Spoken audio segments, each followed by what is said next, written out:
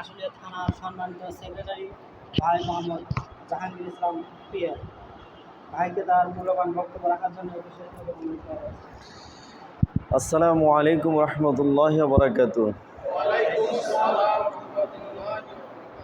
ভালো আছেন সবাই? আলহামদুলিল্লাহ। এর আগে আমার সাথে দেখা হয়েছিল এরকম কয়জন ভাই আছেন? আলহামদুলিল্লাহ, তাহলে অনেক ভাই আছেন। এই ইতিপূর্বে এরকম কোনো প্রোগ্রামে আর আসেন নাই, আজকের প্রোগ্রামটাই প্রথম। এরকম কি আছেন? 2 3 4 5 জন ভাই, মানে ইতিপূর্বে আর কোনো প্রোগ্রামে এরকম বসেন নাই। কর্মী আছেন কতজন এখানে? আলহামদুলিল্লাহ। সমর্থক ফরম পূরণ করেন নাই এরকম কয়জন আছেন? সহযোগী বা সমর্থক ফরম পূরণ করেন নাই। আজকের প্রোগ্রামটা কি প্রোগ্রাম এটা তো জেনে আসছেন। আজকে এখানে যে প্রোগ্রামটা হবে এই প্রোগ্রামের নাম সম্পর্কে জানেন না এরকম কি আছেন? জানেন না? আউযু বিল্লাহি মিনাশ শাইতানির রাজিম। বিসমিল্লাহির রহমানির রহিম। নাহমাদুহু ওয়া নুসাল্লি আলা রাসূলিল কারীম, আম্মা বা'দ। মহান রব্বুল আলামিনের দরবারে লাখো কোটি শুকরিয়া জ্ঞাপন করছি যে রব্বুল আলামিন আমাদেরকে সারাদিন নিজের সাংসারিক বিভিন্ন সামাজিক কাজকর্ম করার পরেও ফরজ ইবাদতের পরে আমরা এখানে আল্লাহর ঘর মসজিদে দিনী বৈঠকে বসার তিনি তৌফিক দিয়েছেন, সেজন্য সবাই একবার বলি আলহামদুলিল্লাহ। দুরূদ প্রেরণ করছি সে মহান মানবতার বন্ধু দুজাহানের সরকার নবিকুলের শিরামণি জনাবে রাসূল করিম সাল্লাল্লাহু আলাইহি সাল্লামের প্রতি সবাই একবার বলি সাল্লাল্লাহু আলাইহি ওয়াসাল্লাম।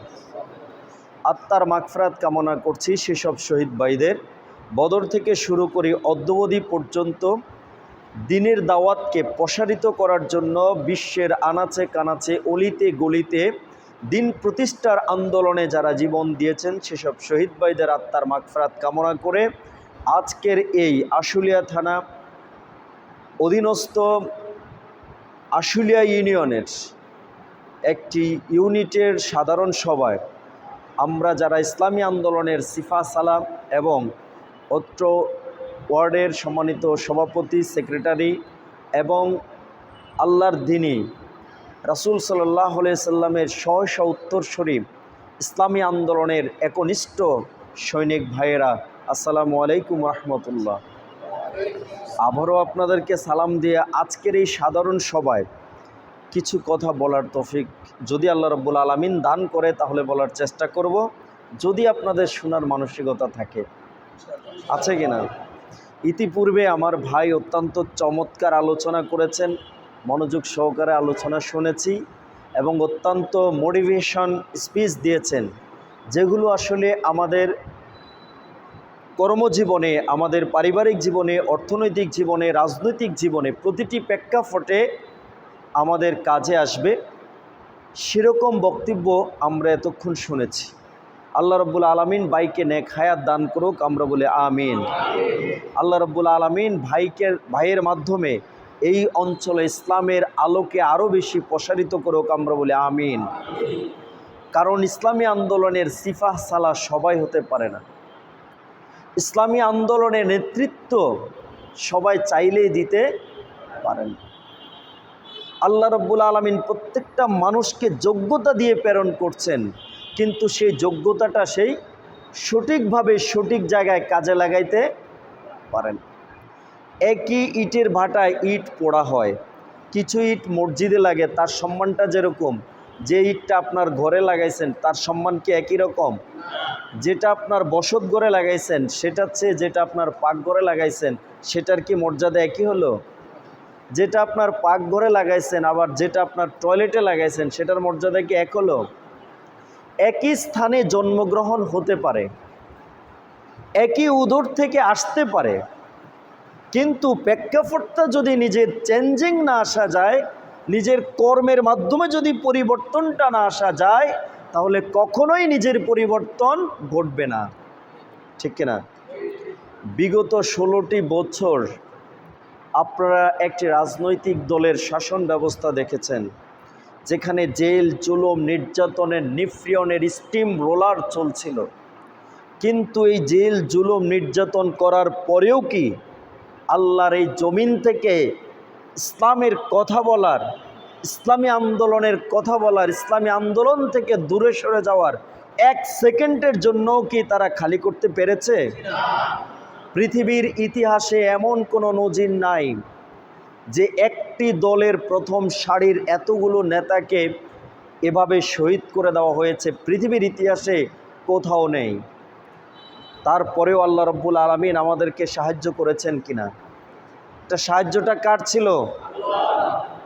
উহারা প্রচার করুক হিংসা বিদ্বেষ আর নিন্দাবাদ, আমরা বলিব সৌম্য শান্ত এক আল্লাহ জিন্দাবাদ। উহাদের মনে যাই কিছু থাকুক না কেন, আমরা তো চাই আল্লাহর জমিনে আল্লাহর দিন প্রতিষ্ঠা করা, এটা হচ্ছে আমাদের লক্ষ্য। আল্লাহ প্রদত্ত, রাসূল সাল্লাল্লাহু আলাইহি সাল্লাম প্রদর্শিত বিধান অনুযায়ী মানুষের সার্বিক জীবনে পুণ্য বিনাশ সাধন করে আল্লাহর সন্তুষ্টি অর্জন করা, এটাই হচ্ছে আমাদের লক্ষ্য। এর বাইরে অন্য কোনো উদ্দেশ্য আছে? আজকে এখানে আসার জন্য কি কেউ বলছিল যে আপনাদেরকে প্রোগ্রাম শেষে 100 টাকা দেওয়া হবে, 50 টাকা দেওয়া হবে? এর বিনিময়ে কি আপনারা কেউ এসেছেন? কারণ আমরা নিজে জাহান্নামের আগুন থেকে বাঁচার জন্য দৌড়িয়ে এসেছি। যখন কোথায় আগুন লাগে কোনো মানুষ কি সেখানে বসে থাকে, নাকি সে বাঁচার জন্য দৌড়াইতে থাকে? ঠিক আল্লাহ রাব্বুল আলামিন আমাদেরকে এই দুনিয়াতে প্রেরণ করছেন, প্রেরণ করার পরে আমাদেরকে কিছু কাজ দিচ্ছেন। সেই কাজগুলো সঠিকভাবে করতে পারলে আমরা জান্নাত পাবো, আর সঠিকভাবে করতে না পারলে আমরা কি পাবো? জাহান্নাম। এইটুক আমরা বুঝি তো। 16টি বছর আপনারা মুখ খুলে কথা বলতে পারেন নাই, এই কণ্ঠটা চেপে ধরে রাখা হয়েছিল।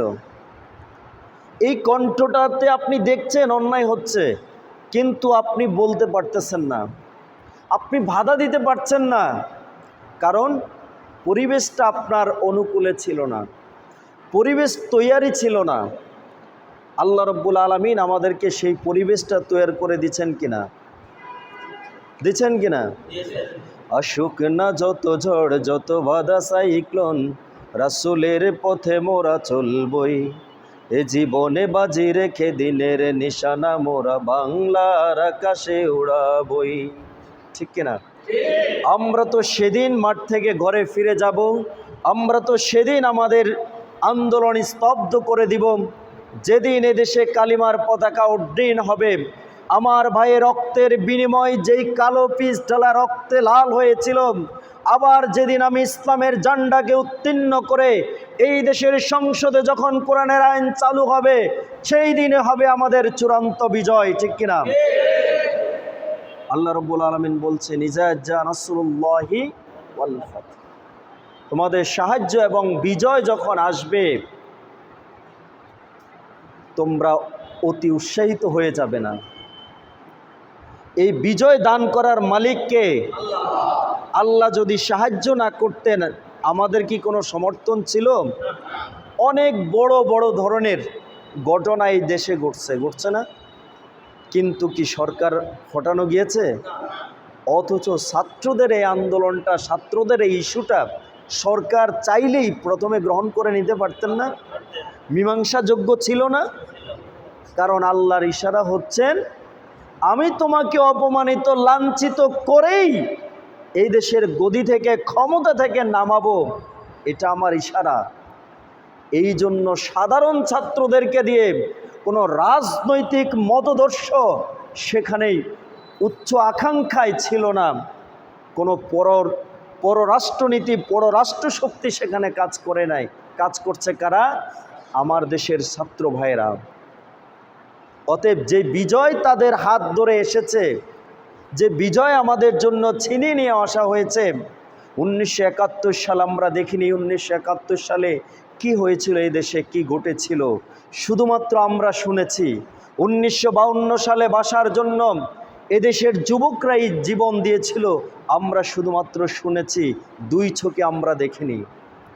কিন্তু 2024 সালে কিভাবে নির্বিচারে অনাকাঙ্ক্ষিত ভবিষ্যৎগুলোকে ধ্বংস করে দিয়ে ওই লেলিহান পেশিবাদী সরকারের হুকুমে স্বৈরাচারী তাণ্ডব চালিয়ে তারা তরুণদের বুকে গুলি চালিয়ে কিভাবে নৃশংসভাবে তাদেরকে ধ্বংস করে দিয়েছে আমরা সেটি দেখেছি। সেখান থেকে আমরা শিক্ষা গ্রহণ করেছি কিভাবে নিজেদের দাবি আদায় করে নিতে হয়, কিভাবে নিজের অধিকার নিশ্চিত করতে হয়। অতএব এই বিজয় নিয়ে কি আমাদেরকে চুপ থাকলে হবে? রাত পোহাবার কত দেরি পাঞ্চেরি, এখনো তোমার আসমানে ভরা মেঘে সিতারা হেলাল এখনো উঠিনি জেগেই। তুমি মাস্তুলে আমি ধার টানি ভুলে, অসীম কুয়াশা জাগে শূন্যতা ঘেরি, রাত পোহাবার কত দেরি পাঞ্জেরি। রাত কি এখনো পুয়ে গেছে? রাতের সেই সূর্য কি এখনো চন্দ্র শেষ হয়ে সূর্যের অনাগত আগমন কি এসে গেছে? তাহলে আমাদের লক্ষ্য কি? এই বিজয় পাওয়ার পরে আল্লাহ রব্বুল আলামিন বলছেন ইজা জানাসুল্লাহ আল ফাতুহু, যখন আল্লাহর সাহায্য এবং বিজয় আসবে তখন তোমরা দেখবে কি অরাইতান নাস ইয়াদখুলুনা ফি দীনিল্লাহি ফাওয়াজা, যে মানুষ কি করবে? দলে দলে আল্লাহর দ্বীনের মধ্যে কি করবে? প্রবেশ করবে।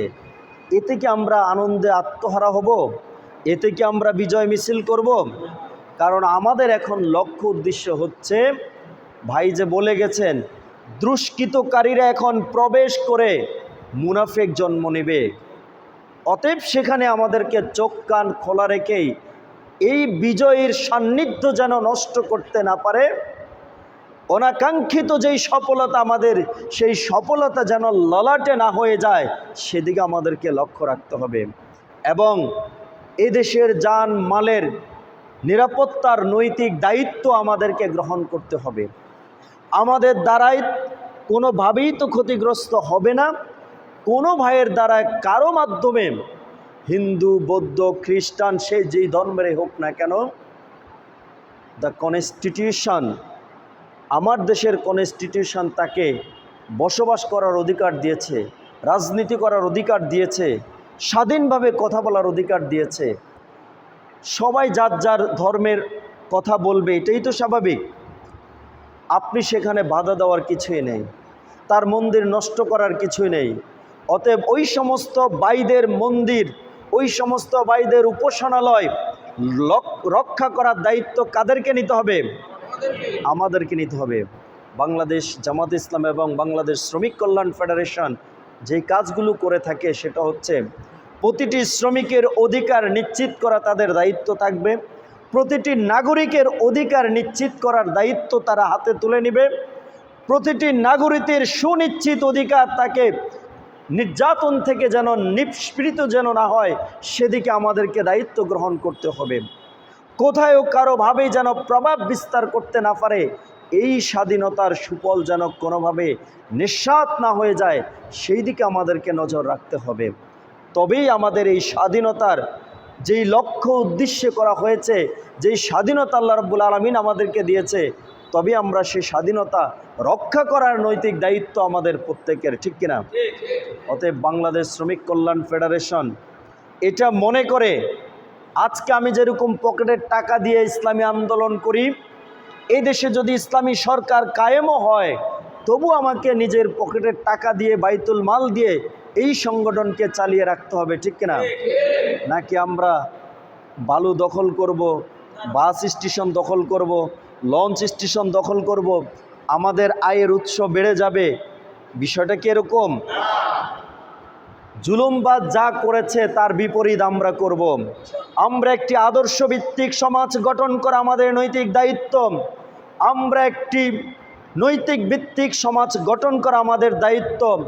আমাদের একটি সুপরিচিত সমাজ গঠন করা, এটা আমাদের ইমানি দায়িত্ব। আমার সমাজের প্রতিটি মানুষ, আমি ঠিক যা খাচ্ছি, আমার সমাজের প্রতিটি মানুষ তা খাচ্ছে কিনা তা নিশ্চিত করা আমার দায়িত্ব। আমি যা পড়ছি, আমার সমাজের মানুষগুলো তা পড়তে পারতেছেন কিনা সেটা নিশ্চিত করা আমার দায়িত্ব। নাকি আমি ভালোভাবে চললাম, ভালোভাবে খাইলাম, আমার সন্তানকে বিভিন্ন সিজনের সময় ভালো পোশাক, ভালো খাবার তাদের মুখে তুলে দিলাম, আর আমার পাশে প্রতিবেশীর সন্তান না খাওয়ার জন্য কান্না করছে, আমি দেখিও দেখছি না। তাহলে কি এটা ইমানি দায়িত্ব হবে? তাহলে কি আমরা বলতে পারবো এটা লাকাদ কানা লাকুম ফি রাসূলিল্লাহি উসওয়াতুন হাসানাহ? তোমার জীবনের উত্তম আদর্শ হচ্ছে রাসূল সাল্লাল্লাহু আলাইহি ওয়াসাল্লামের আদর্শ। রাসূল কি এই কাজটি করেছেন? নিজে খেয়েছেন, অন্যকে খাওয়ার নাই, বিষয়টি এরকম ছিল? খুদের জ্বালায় রাসূল পেটে পাথর বেঁধেছেন, আমি আর আপনি কি এই সময় এসে কি না খেয়ে আছি? কিন্তু এখন সময় এসেছে, আমাদেরকে আমাদের ভাবে গুছিয়ে কাজ করতে হবে।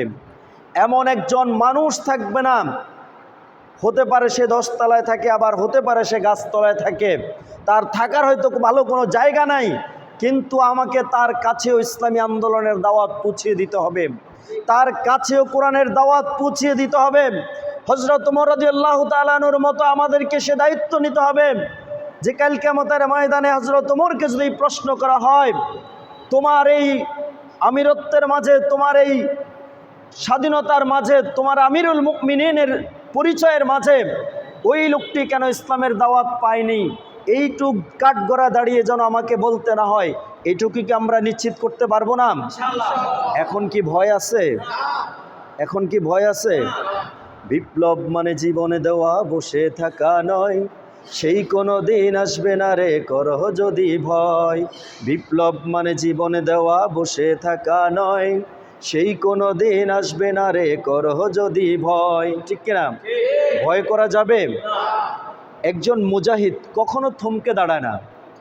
আসুক না যত বাধা, আসুক যত বিপদ, সে তার সঠিক গন্তব্য যেখানে, সেখানে সেই ছুটে যাবেই যাবে।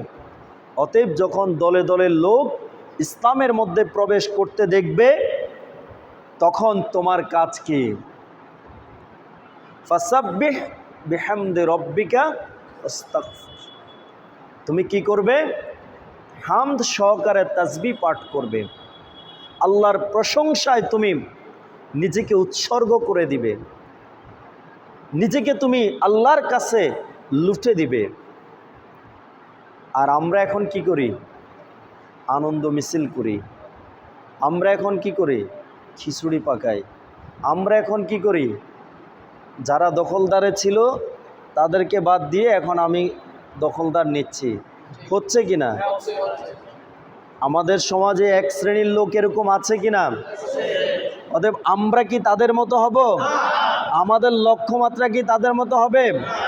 আমাদেরকে এখন নিশ্চিত করতে হবে বাংলাদেশ জামাত ইসলাম তথা বাংলাদেশ শ্রমিক কল্যাণ ফেডারেশন তাদের নৈতিক ভিত্তিটা কি, তাদের আদর্শটা কি, তাদের ক্যারেক্টারটা কি, তারা কি চাচ্ছে, তাদের লক্ষ্য উদ্দেশ্যটা কি, এটা প্রতিটি মানুষের দরজায় গিয়ে পৌঁছানোর নৈতিক দায়িত্ব আমাদের। এমন একজন মানুষ থাকবে না জামাত ইসলামকে ভোট দেওয়ার জন্য টাকা দিতে হবে। বাংলাদেশ জামাত ইসলামের একজন প্রতিনিধি দাঁড়াইছে, মানুষ তার নিচ থেকে হুমড়ি খেয়ে পড়বে তাকে প্রতিনিধিত্ব করার জন্য। কারণ তার নজির 111 আমরা দেখেছি, যখন দুর্নীতির দায়ে এদেশের 5 মিনিস্টাররা পর্যন্ত কারাগারে গিয়েছিলেন, সেখানে বাংলাদেশ জামাত ইসলামের 2জন এমপি ছিলেন, 2জন মন্ত্রী 3টি মন্ত্রণালয় পরিচালনা করেছিলেন। দূরবীন খোঁজ করেও 1 টাকার